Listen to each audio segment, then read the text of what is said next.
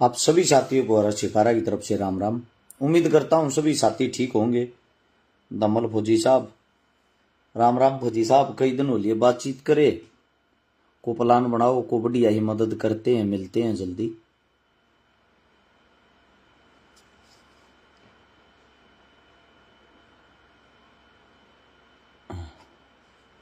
आवाज आ पा रही है? नहीं आ पा रही, एक बार चेक करना। मैं अपनी बात पे बोलना शुरू करता हूं। सुमित डागर भाई, क्या रिप्लाई चाहिए बताओ। ये मेरे कई साथी कमेंट करके ये कहे ना, जो भाई रिप्लाई दे दिया कमेंट का। सोशल मीडिया बहुत ही कम चलाता हूं मैं, और जब हम किसी मुद्दे पर बात कराऊं उस टाइम पर जब मैं थारी कमेंट पढ़ पढ़ कर बताने लग गया तो मेरे हिसाब से मुद्दे की बात हम कर नहीं पाओगे। इसीलिए आप सभी साथियों से विनती है, मैं अपनी बात शुरू करता हूं। बहुत जरूरी है, मुद्दे की बात है। आप सभी साथी वीडियो को जुड़ते ही शेयर करते रहना। और भाई, हरियाणा के अंदर हमारी जो भारतीय जनता पार्टी बीजेपी सरकार आई है, सरकार का नायाब तोहफा आप सभी को सबसे पहले तो मुबारक हो। और वो मुबारक इसलिए हो, बहुत सारे साथी खुश हुए थे और उनकी खुशी का जो ठिकाना था, खुशी थी उनकी कि उन नाते 25,000 आदमी सरकारी नौकरी लगा दिए। बड़ी खुशी हुई सारे के। आप लोग भी बहुत खुश हुए होंगे, मैं भी खुश हूं। कुछ घरा में भाई दीवे जड़े हैं, सरकारी नौकरी लाके वे अपने आप ने न्यू माने हैं। चलो भाई, आखिर में हमने कामयाबी मिली। लेकिन वह कामयाबी कितनी मिली है वह बात थोड़ी गौर है मेरे साथ। तो उसकी आपको अच्छे तरीके से उसका पता हो तो शायद अच्छा रहता है। सबसे पहली बात तो जो 25,000 पोस्ट पूरी हुई हैं, जिनको ज्वाइनिंग दी गई है, उनमें तो 9,500 पोस्ट तो ऐसी थी जिन पर योग्य उम्मीदवार ही नहीं मिले। यानी कि 9500 पोस्ट साइड कर दो। बची कितनी? 24,000 मत है 14,500। अब 14,500 हैं, उनकी बात करते हैं। 14,500 में का 6,000 बच्चे ऐसे थे जो ग्रुप डी में पहले एक काम करने लग रहे थे, जो कच्चे ले रखे थे सरकार ने।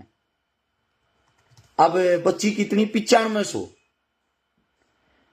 9500 यानी कि 9,500 आदमी सरकार ने अगर सरकारी लगा दिए, उसका डंडोरा पीट के इतना बड़ा बनाया जा रहा है जो इस धरती के ऊपर आज से पहले कभी कोई सरकारी नौकरी निकली ही नहीं थी।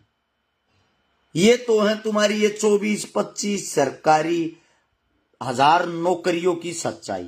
दूसरी बात ये है, हासिल क्या हुआ आप लोगों को? ये 5 साल इसका गुणगान करे जाओ, पर सरकार इन बातों पर बनाई, इन्हीं चीजों के मुद्दे पर देखने की बात है। मैं बता देता हूं नायाब तोहफा क्या है। हिंदुस्तान एक कृषि प्रधान देश है, ना कि कुर्सी प्रधान। आप लोग समझ रहे हो, हिंदुस्तान कुर्सी प्रधान देश है। कुर्सी प्रधान देश हो गया, कृषि प्रधान नहीं रहा।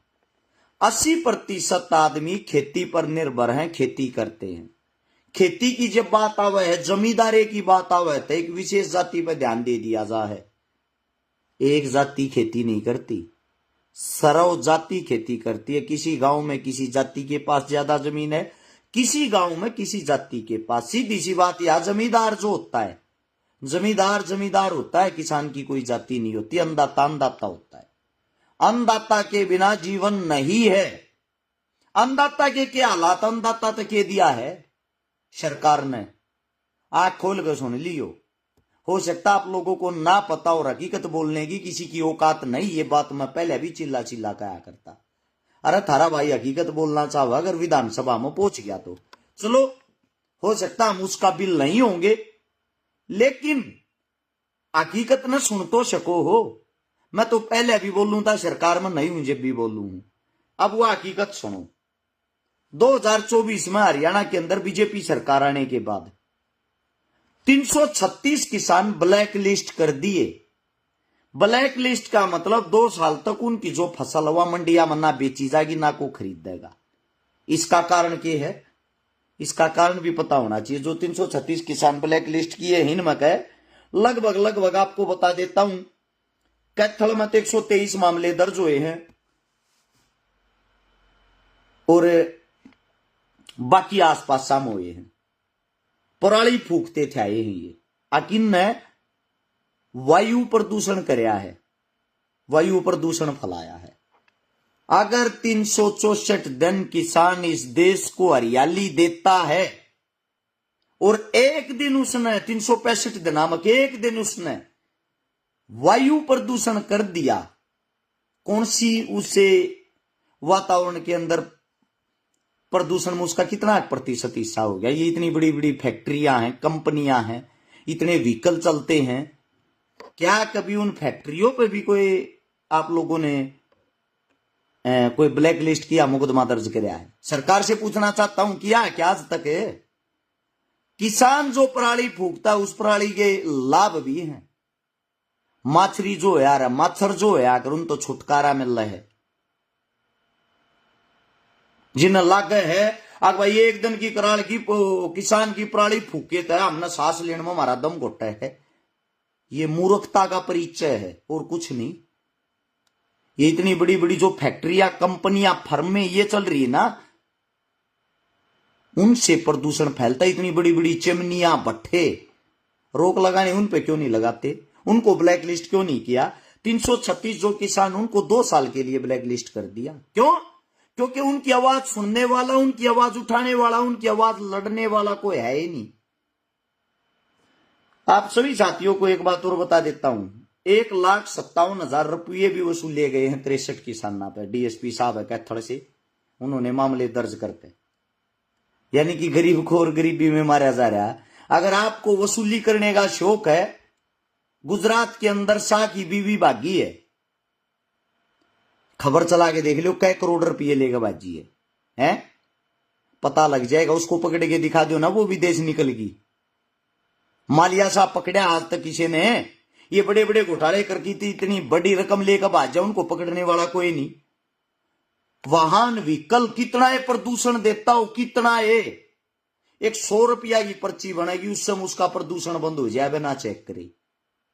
क्या कभी उस पे मुकदमा दर्ज होया है? सबसे बड़ी बात, किसानों के साथ अन्याय, दोबारा फिर से लाठीचार्ज। देखो किसानों की दुर्दशा देखो।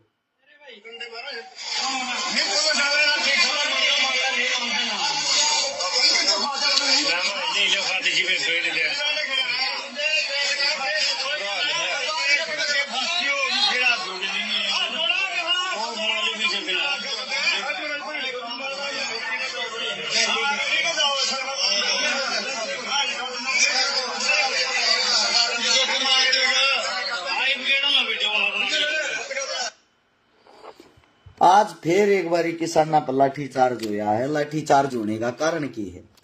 उचाना के अंदर डीएपी खाद लेन किसान गए थे, लाइन में ला गिरे थे।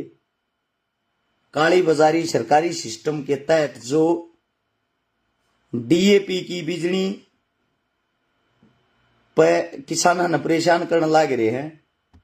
खाद भी पर्ची खर्ची ते मिल रहा है। आपकी जानकारी तो अपना खाद मिल जाए ना, किसान खाद नहीं मिलता।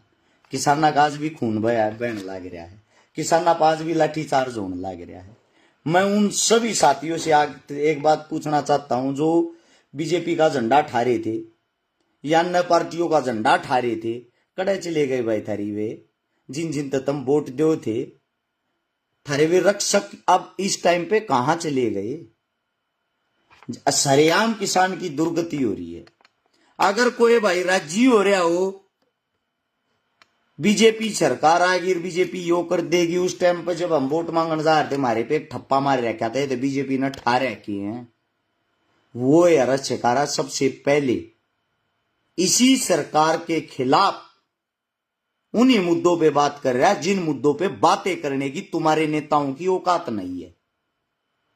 मैं आप सभी साथियों से एक बात पूछना चाहता हूं, जब किसान ही नहीं रहेगा, अन्नदाता ही नहीं रहेगा, रोटी कहां से आएगी, अन्न कहां से आएगा? देश को चलाने वाले को पीटा जा रहा है, अन्नदाता की दुर्गति हो रही है। खाद उन्हें नहीं मिल रहा, बीज उन्हें नहीं मिल रहा, रेट उन्हें नहीं मिल रहा, फसल उनकी नहीं खरीदी जा रही, पराली वे नहीं चला सकते, जबरदस्ती बैंकों में जमीन उनकी कुड़क करी जा रही है, पैसा उनसे वसूल किया जा रहा है, मुकदमे उन पर लगाए जा रहे हैं। इससे बड़ा जुल्म और क्या होगा। सलाम करता हूं उन मूर्खों को जो अब भी नारे लगाते हैं बीजेपी जिंदाबाद, बीजेपी ये, बीजेपी वो। आप सभी साथियों को बता देता हूं, जो मेरे किसान भाई हैं वे किसी एक जाति से नहीं आते। जिनको जातिवाद का कीड़ा हो रहा है, जिनका न्यू हो रहा है, आगे लोगों की एक माइंड सेट हो गया। वो माइंड किस प्रकार से सेट हो गया, किसान का मतलब तो जाट हो है, 35 एकड़ रखा। जो जाट्स हैं उनका बुरा करे जाओ, बीजेपी के दिमाग में बढ़ रही है यह बात। उनके पीछे लागे रहो। जो 35 जाति हुआ थारे अपने आप राजी हुई रहेगी। 35 सन पकड़ लो, एक का लात मार दो, 35 सन राजी करती, एक पर मुकदमा कर दो। या तो है हरियाणा की स्ट्रेची। हरियाणा से अगर आप बाहर जाओगे, मुसलमाना के सर पर चढ़ जाओ, हिंदुआ का झंडा ठा लो, मुसलमाना न टारगेट करे जाओ, हिंदुआ न राजी करे जाओ। काम करने की किसी न कोई जरूरत नहीं। सबसे बुरी बात है ये। आप सभी साथियों को बता देता हूं, जब राजा बनाया जाता है, राजा न्यायप्रिय होता है, उसके लिए सब एक समान होते हैं। हिंदू हो, मुसलमान हो, जाट हो, ब्राह्मण हो, वाल्मीकि हो, कोई भी हो। यहां आके जातिवाद का खेल इसलिए खेला जाता है। हमारी राजनीति ऐसी होगी, कृषि प्रधान से छोड़कर कुर्सी प्रधान पर आ गए हैं। हमें काम करने की जरूरत ही नहीं। किस लिए काम करना है। जातिवाद कराओ, वोट पाओ, हिंदू मुसलमान कराओ, वोट पाओ, मंदिर मस्जिद कराओ, वोट पाओ। के भड़क रहेगी भाई काम करने की। अमीर अमीर होता जा रहा है, गरीब दिन पे दिन और गरीब होता जाने लग रहा है। किसाना के पल्ला था भाई गांठ बांध लो। सरकारी बाई आई है, पूर्ण बहुमत आ रही है, वोट तम मंदे रहेगी, किसी और ने नहीं। जूत तो खाने पड़ेंगे, आदत घेर लो। या तो तड़वे चाटने की आदत घेर लो, या फिर जूत खाने की आदत घेर लो। हमारे जैसे जो थे, जिन्होंने कोशिश करी लड़ांगे, लड़का अगर विधानसभा में पहुंच गया, अपने के लिए हक की आवाज उठाओगे, वो आवाज वहां तक तो आप लोगों ने पता नहीं किस कारण से नहीं पहुंचने दी। उस टाइम पर तो दो चीज दिखने लग रही थी, कांग्रेस बीजेपी। उड्डा साहब आने लग रहे हैं, उड्डा साहब ना हार जा।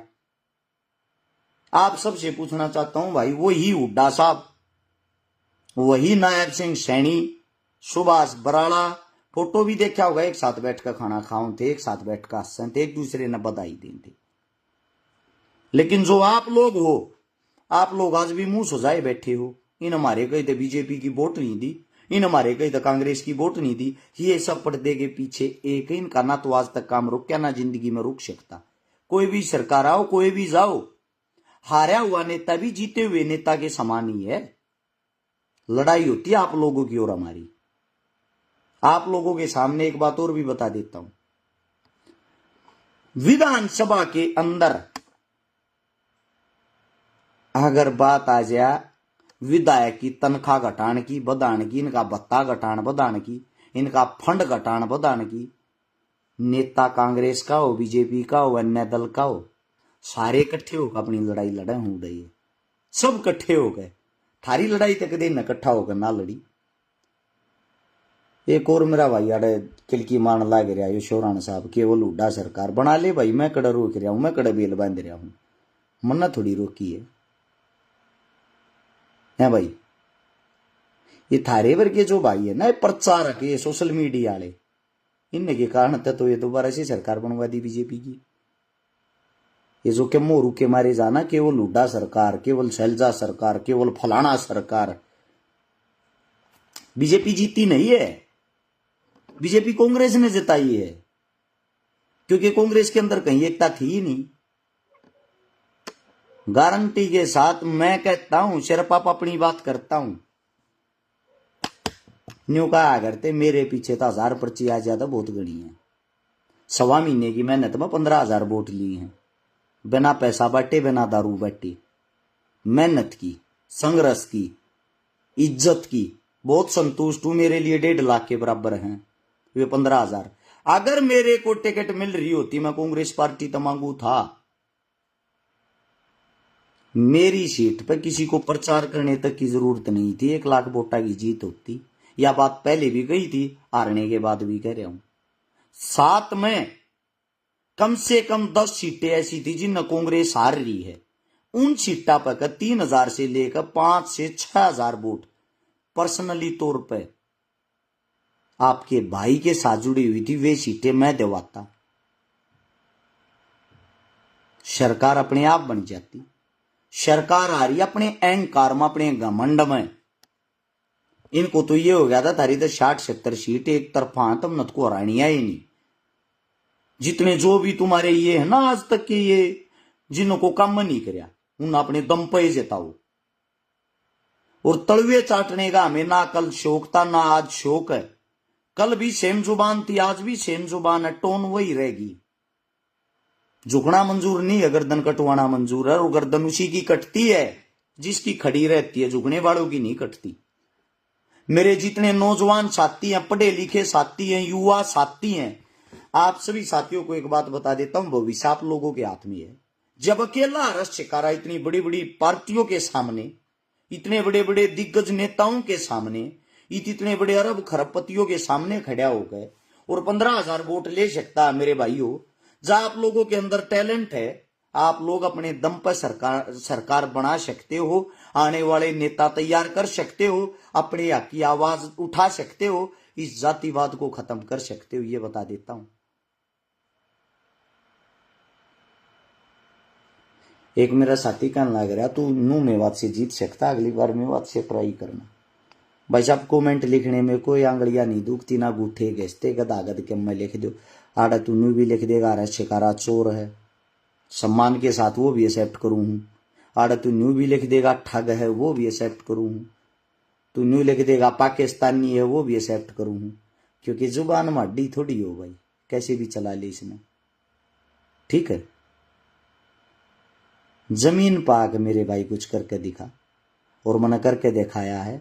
वो करके यो दिखाया है, समाज सेवा करी, मेहनत लाग करी, उसमें नाम है। राजनीति करी, बड़े बड़े के छक्के छुटा दिए, जिन्हें न्यू कहा करते तो जिंदगी में हार नहीं सकता, वो अपने घर बैठा दिया।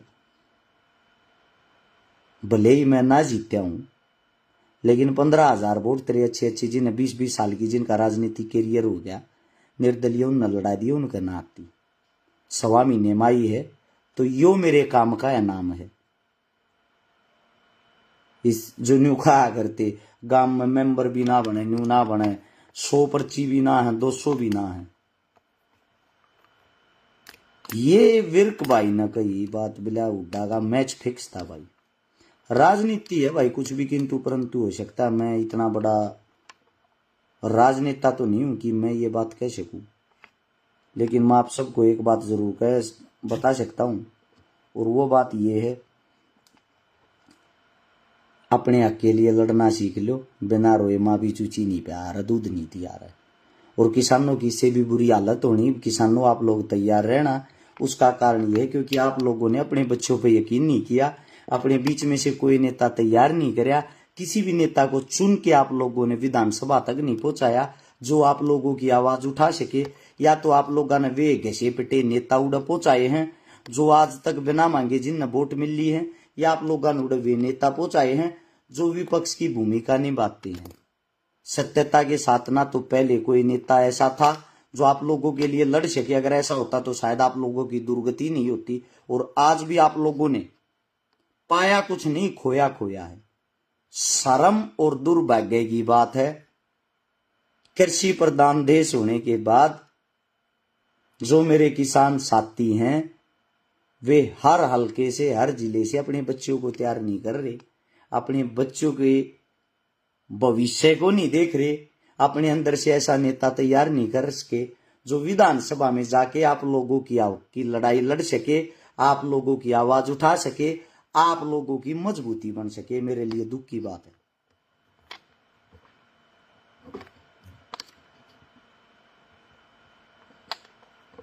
भाई अनिल शोरा ने ये पार्टिया प्रचार करे तो कुछ ना हो, उधर कमा के खा ले। तू किसान है, अरे या बात ना लिखे जो लिखन लाग रहा है, ठीक है, कमा के खा ले, कुछ ना दे प्रचारा मीप तक कड़ पड़ी है लोगा नींद की, फेरा लिया इनके झंडे ठाक तू है भाई। चलो आप लोगों को इतना ही कहना चाहूंगा, स्वस्थ रहो, 5-7 दिन बाहर घूमने के लिए गया था, कुछ जड़ी बूटियों के बारे में बात करने गया था, अपने घर आ लिए। हाँ, समाज के बीच में, हाँ, मेरे लायक जिस साथी को, जिस भाई को जो भी मदद, जो भी हेल्प लग गए, जो भी चीज लग गए, जड़ा तुम लट खाते हुए थारी गैल खिड़ा होगा लट खानी थी, मैं तैयार पाऊंगा। बात जायज हो, मुद्दा जायज हो। सभी साथियों ने एक बार फिर से राम राम। नई सरकार बनने की बधाई, आप लोगों ने बनाई उसकी भी बधाई। अपना काम मेहनत संघर्ष करना पहले भी था, आज भी है और आगे भी रहेगा। धन्यवाद आप सबका। जय हिंद, जय भारत, जय भगत, जय भीम।